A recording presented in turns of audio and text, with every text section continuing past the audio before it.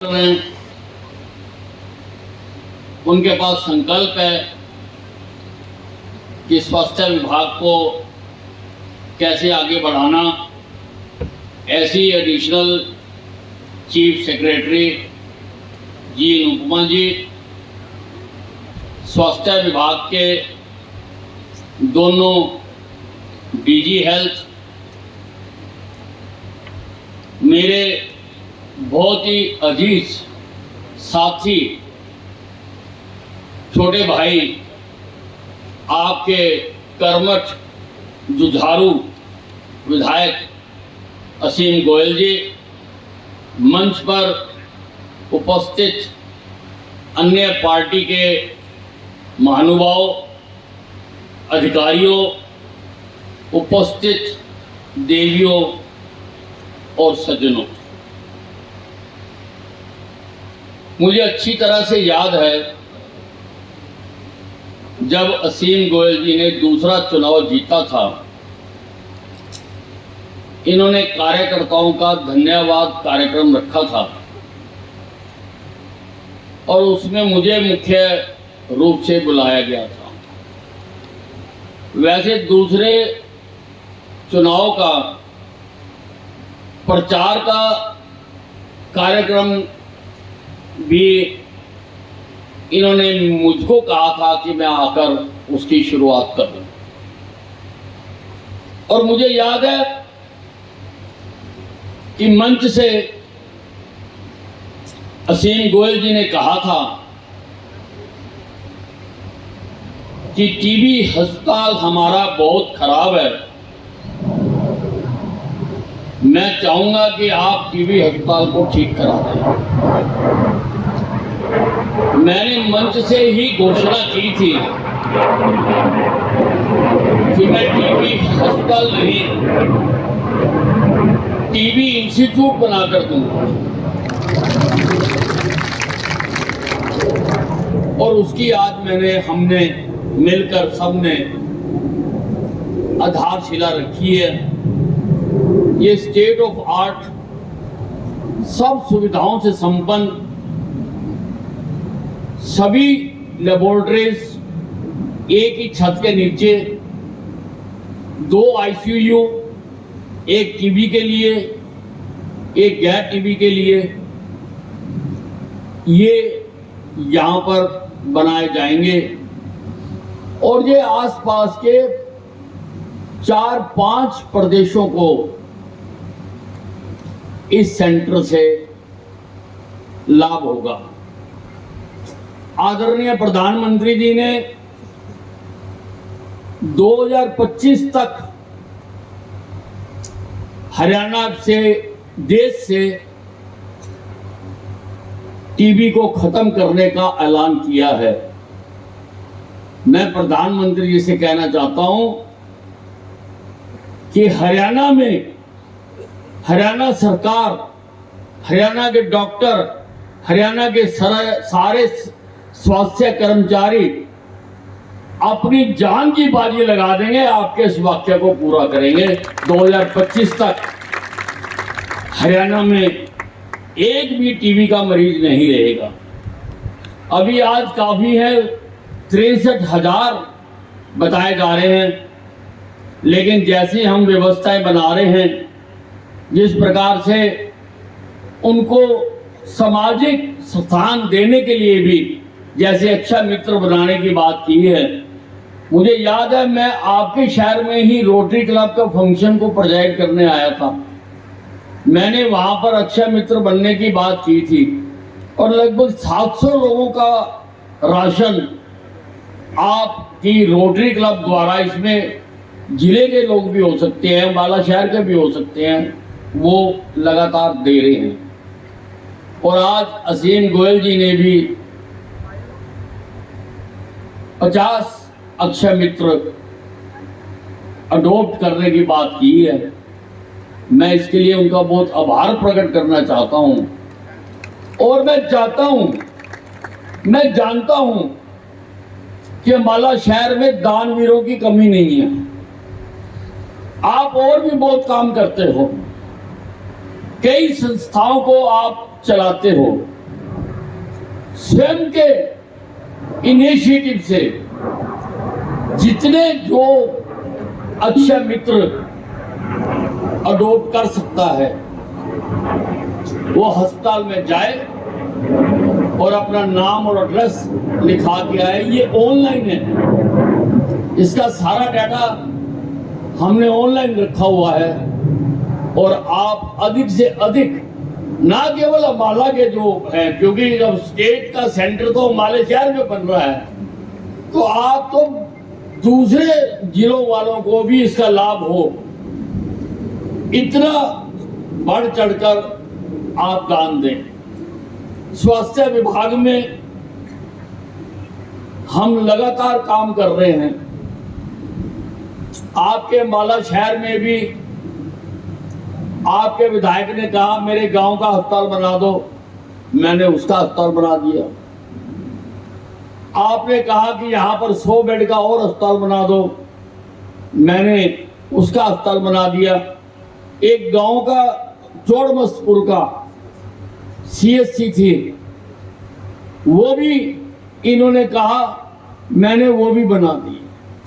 हम केवल अम्बाला कैंट और अम्बाला शहर में काम नहीं कर रहे हैं, हम सारे हरियाणा में काम कर रहे हैं। अभी हमने यमुनानगर के अस्पताल का उद्घाटन करा, शाहबाद का मैंने अस्पताल बना के दिया, कुरुक्षेत्र का अस्पताल बन रहा है, पानीपत का अस्पताल बन रहा है, बहादुरगढ़ का अस्पताल का मैं उद्घाटन करके आया, गुड़गांव में 700 बेड का अस्पताल बना रहे हैं, मल्टी स्पेशल अस्पताल बना रहे हैं। लगभग 162 PSCs जो टूटी फूटी हैं उनको तोड़कर नया बनाने के मैंने आदेश जारी कर रखे हैं कि उनको तोड़कर उनको नया बनाया जाए। वो जमाना बीत गया जब टूटी हुई बिल्डिंग में छत चोती हुई, एक लड़खड़ा आता था, पंखा लगा हुआ है, डॉक्टर बैठा हुआ है, 300 मरीजों की लाइन लगी हुई है, और फिर हम डॉक्टर से उम्मीद करें कि वो अमेरिका जैसा व्यवहार करे। तो अगर अमेरिका जैसा व्यवहार कर रहा है तो हिंदुस्तान को भी अमेरिका बनाना पड़ेगा। आज उनको भी एनवायरनमेंट देना पड़ेगा, अच्छी बिल्डिंग हो, पंखे लगे हों, AC लगे हों। अम्बाला छावनी में हमने बना के दिया, कैंसर अस्पताल बना के दिया, सारे उत्तरी भारत के मरीजों को वो दे रहा है। और मेरे पास रोज डॉक्टर्स की फरमाइश आ रही है कि सर अस्पताल तो फुल हो गया, एक और बनाना पड़ेगा। मैंने कहा चिंता ना करो, मनोहर लाल जी के खजाने में पैसे ही पैसा है, जितने कहोगे बना के दे देंगे। हमें जगह की दिक्कत है, हमने आर्मी से 14 एकड़ जमीन मांगी है। हम कैंसर अस्पताल का भी विस्तार करेंगे और वहां पर स्पाइन इंजरी सेंटर भी हमारा मंजूर है, वो भी बनाएंगे, और ICU भी वहां पर हम बनाएंगे। हमने सारे अस्पतालों में कभी किसी ने सोचा नहीं था कि दिल का इलाज भी अस्पतालों में होगा। अस्पतालों में मेरे 4 अस्पतालों में कैथ लैब चल रही है। स्टंट डालने का काम सिविल अस्पताल में होगा। जिन सिविल अस्पतालों में पट्टी करने के लिए नहीं होती थी, आज मनोहर लाल जी के राज में उन अस्पतालों में प्लास्टिक सर्जरी हो रही है। सारे स्पेशलिस्ट डॉक्टर हम भर्ती कर रहे हैं और इसको सहज बनाने के लिए हमने स्पेशलिस्ट कैडर बना दिया। वो फाइल थोड़ा सी रुकी हुई है, मैं जीन उपमा को कहूंगा कि जल्दी उसको निकालें, ताकि हम जरूरत के मुताबिक स्पेशलिस्ट डॉक्टरों की भर्ती करें। कहाँ आई स्पेशलिस्ट चाहिए, कहाँ गाइनो चाहिए, कहाँ पे ENT चाहिए, कहाँ पे हार्ट स्पेशलिस्ट चाहिए। हम एक कैडर बनाएंगे कि कहाँ पर कितने डॉक्टर होने चाहिए, उसके मुताबिक हम भर्ती करेंगे। और हरियाणा देश का पहला प्रदेश है जिसने मैपिंग करवाई है। कुछ पढ़े लिखे लोग कहते हैं मैपिंग की क्या जरूरत है, पढ़ लिख के भी अनपढ़ हैं। पहले डिमांड बेस्ड अस्पताल खोले जाते थे, कहीं पर किसी की सिफारिश हो गई, कहीं पर किसी एमएलए ने कह दिया, कहीं पर लोगों ने जोर लगा दिया तो खोल दिया। पर मैं चाहता हूं कि नीड बेस्ड सुविधाएं देनी चाहिए। जहां जरूरत है वहां पे हम सुविधाएं देंगे। जहां कोई नहीं मांग कर रहा, कमजोर लोग हैं, गरीब लोग हैं, पर उनको जरूरत है, हम अस्पताल देंगे। तो हमने मैपिंग करवाई है और केंद्र सरकार ने खुश होकर भी हमें उसके लिए 1 करोड़ रुपए इनाम दिया कि पहला प्रदेश है जो मैपिंग करा रहा है। मेरे पास डाटा होगा कि सरकार की गाइडलाइंस के मुताबिक कहां पर कितने बेड का अस्पताल होना चाहिए, कहां पर कितने डॉक्टर होने चाहिए, कितने स्पेशलिस्ट होने चाहिए। ये डाटा आज तक है ही नहीं, अंधेरे में लाठियां मार रहे हैं। 70 साल हो गए, किसी ने इस ओर ध्यान ही नहीं दिया। हमने दिया, हम सारी मैपिंग करवा रहे हैं और आगे से कोई भी नया अस्पताल उस रिपोर्ट के मुताबिक ही बनेगा, किसी के चाचे ताए नाने मामे पापे के कहने से नहीं बनेगा। जो रिपोर्ट कहती होगी। कहीं पर तो बच्चे बिल करा रहे हैं और कहीं पे 4 डॉक्टर लगा रखे हैं। ये अंधेरगर्दी है या नहीं है? ऐसी अंधेरगर्दी मनोहर लाल की सरकार में नहीं हो सकती। मनोहर लाल की सरकार विकास करने वाली सरकार है, ये डबल इंजन की सरकार है। मोदी जी की और मनोहर लाल जी की सरकार ने चंद्रमा पे रॉकेट भेज दिया। पहले तो किसी सरकार से नहीं हुआ, किसी प्रधानमंत्री से नहीं हुआ, लेकिन नरेंद्र मोदी के राज में हुआ, क्योंकि नरेंद्र मोदी को काम लेना आता है, काम चलाना आता है, काम करवाना आता है। काम के लिए उनकी सोच है, दृष्टिकोण है, इसलिए आज देश चारों ओर तरक्की कर रहा है। स्वास्थ्य विभाग में भी अभी हमने मूव किया हुआ है कि हर पीएससी लेवल तक ईसीजी की सुविधा होनी चाहिए। क्योंकि होता क्या है, थोड़ी सी हार्ट की प्रॉब्लम हुई, बेचारे ट्राली में डाल के इधर से उधर लेके जाते हैं। वो गोल्डन आवर होता है, वो लॉस्ट हो जाता है। ये गोल्डन आवर होता है, जिसको हार्ट अटैक हो 1 घंटे में अगर उसको प्रॉपर मेडिसिन मिल जाए तो उसको बचाया जा सकता है। मैं उस गोल्डन आवर को बचाना चाहता हूं। लगभग 60,000 लोगों की हार्ट से मृत्यु होती है साल में, मैं उनको बचाना चाहता हूं। मेरे कुछ अधिकारी उसमें रोड़े अटका रहे हैं, 4 महीने से फाइल नहीं निकाल रहे, अपनी बुद्धि का बेवजह इस्तेमाल कर रहे हैं कि क्या जरूरत है इसकी, अपना ज्ञान बांट रहे हैं। ज्ञान तो मुझे सबका निकालना आता है, आप जानते हो, मैं निकालता भी रहता हूं। अभी पुलिस डिपार्टमेंट का निकाला, 372 आदमी मैंने सस्पेंड किए और आज मैंने डीजीपी को कह दिया कि आज रात तक हर आदमी की मुझे सस्पेंशन चाहिए। 372 लोगों की सस्पेंशन चाहिए। मुझे काम करना और कराना आता है। ऐसे लंगड़ी मार अधिकारियों को मैंने खूब देखा है, खूब निपटा है, तो जानबूझकर अपने किसी स्वार्थों के कारण फाइलों को रोकते हैं। तो वो हमने करके भेज दिया, जल्दी उसके टेंडर होंगे। हर पीएचसी में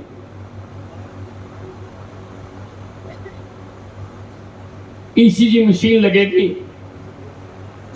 अब हर पीएचसी में मैं हार्ट स्पेशलिस्ट नहीं दे सकता, लेकिन हमने कॉन्ट्रैक्ट की शर्तों में डाला है कि 10 मिनट के अंदर वो रिपोर्ट चेक करके भेजेंगे और अगर उसको प्रॉब्लम है तो 7 दवाई लिख के भेजेंगे, ताकि जो भी अटेंडेंट उस पीएचसी में है उसको वो दवाई दे दे और उसका 1 घंटा बचाया जा सके और उसको रिकमेंड किया जा सके कि कोई अस्पताल में चला जाए, लोगों की जिंदगी बचाई जा सके। कुछ ज्ञानी लोग जिंदगियों से खेलना चाहते हैं, लेकिन मैं बचाना चाहता हूं। इसी प्रकार से मैंने आदेश दिए हैं कि अगर हमको टीबी खत्म करनी है तो बिना एक्सरे कराए तो टीबी खत्म नहीं हो सकती।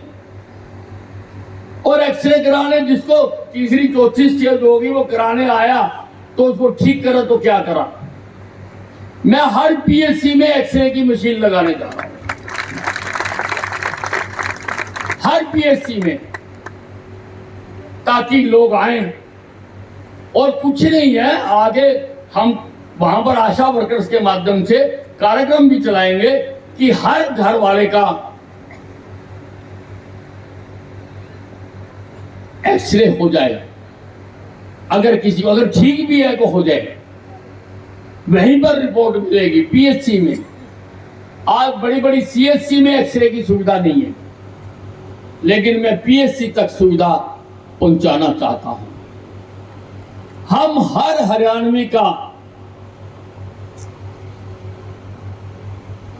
2 करोड़ लोगों का हेल्थ कार्ड बनाना चाह रहे हैं। 2 करोड़ लोगों का, हर आदमी के घर घर जाकर हम टेस्ट करना चाहते हैं कि हर आदमी के घर घर जाकर उसको कोई बीमारी है या नहीं है, लोगों को पता ही नहीं चलता। लेकिन हम ऐसा सुविधा कर रहे हैं, इसमें भी टांग अड़ाई जा रही है। हम ऐसी सुविधा कर रहे हैं कि हर आदमी का घर घर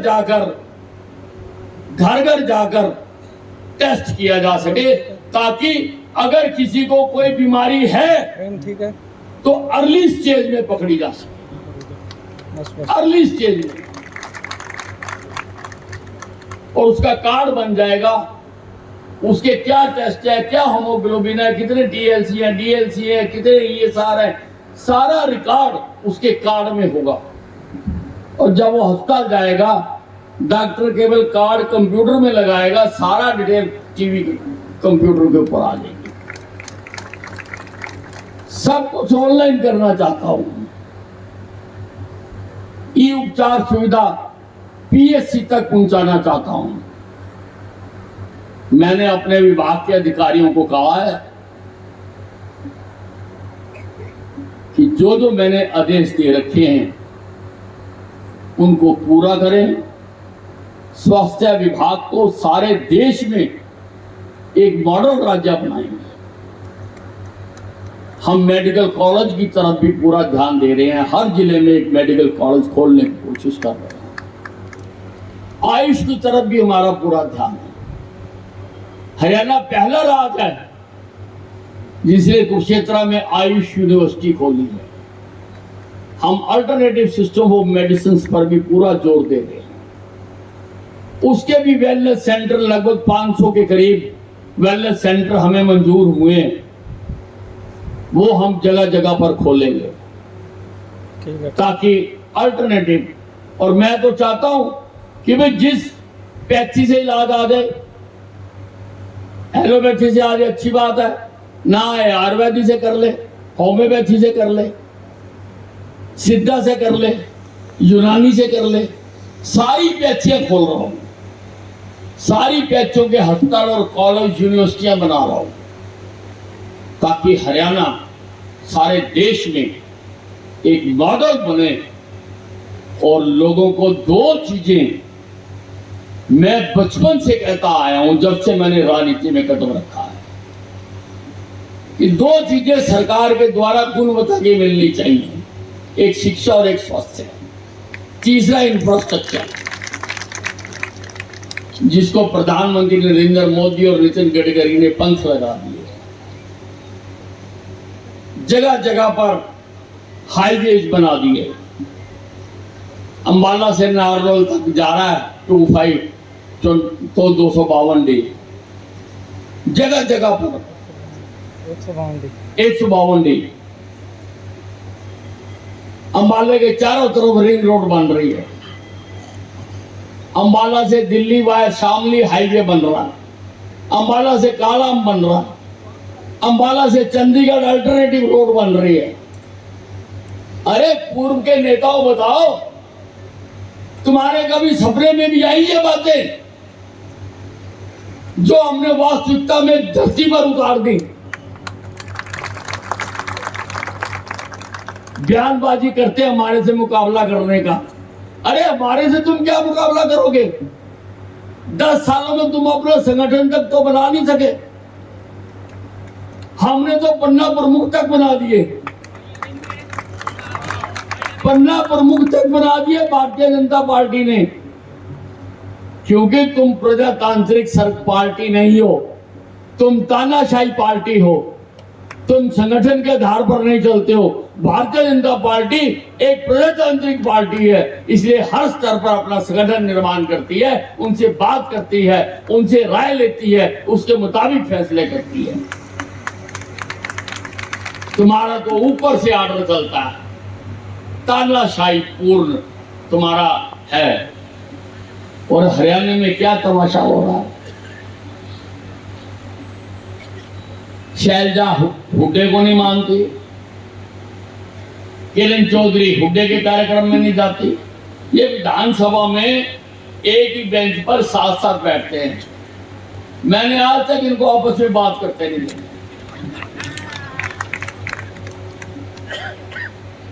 और वो घुड़सवार सुरजेवाला आरएस के लिए पार्टी बना रखी है जो हुड्डे को नहीं मानती। हुड्डा बयान दे देता है, अगले दिन ही वो बयान जारी कर देते हैं कि हम इससे सहमत नहीं हैं। यानी पार्टी का बयान तो वो हुआ ना जो आरएस के कह रही है, जो प्रधान कह रही है। हुड्डा रोज नए नए शब्द बाग दिखाता रहता है। अरे भूपेंद्र सिंह हुड्डा, तू शब्द क्या दिखाता है? तू जिंदगी में दोबारा मुख्यमंत्री नहीं बन सकता। तेरे लिए मैंने जेल में कमरा तैयार करवाया। तूने जितने अपने 10 साल के टाइम में भ्रष्टाचार किए, उसमें तू जेल जाएगा। तेरे लिए जेल में कमरा तैयार करा रखा। मुख्यमंत्री तो कभी दोबारा नहीं बन सकता। भाइयों और बहनों, ये हिंदुस्तान का स्वर्णिम युग चल रहा है। स्वर्णिम युग जिसमें नरेंद्र मोदी प्रधानमंत्री है, मनोहर लाल खट्टर मुख्यमंत्री है। पहले यहां पर जो लूट होती थी, किसानों की सस्ते में जमीनें खरीद के प्रॉपर्टी डीलरों को बेच दी जाती थी। नौकरियों की मंडियां सस्ती थी, तबादलों के बाजार सस्ते थे। उन सब से मुक्ति दिला दी। गोल्डन पीरियड है। हम खुशकिस्मत हैं कि हम इस समय के साक्षी हैं, हम दृष्टा हैं। हम ये समय देख रहे हैं, नहीं तो इतने इतने बुरे समय हमने देखे कि रोज नित्य नए भ्रष्टाचार की खबर आती थी। कभी 2G स्कैम, कभी कॉमनवेल्थ स्कैम, कभी कारगिल युद्ध विधवाओं के लिए जो फ्लैट बने उनका स्कैम, करोड़ों अरबों रुपए के स्कैम। और हरियाणा में भी जीजा श्री ने जो कमाल कर रखा था, वाड्रा ने, वो सबसे किसी से छुपा नहीं है। इन दुष्टों से मुक्ति मिली है। आप लोगों ने भाजपा की सरकार बनाई है, इसलिए मुक्ति मिली है। ये गोल्डन पीरियड है। अपनी ये विरासत को संभाल के रखना। धन्यवाद।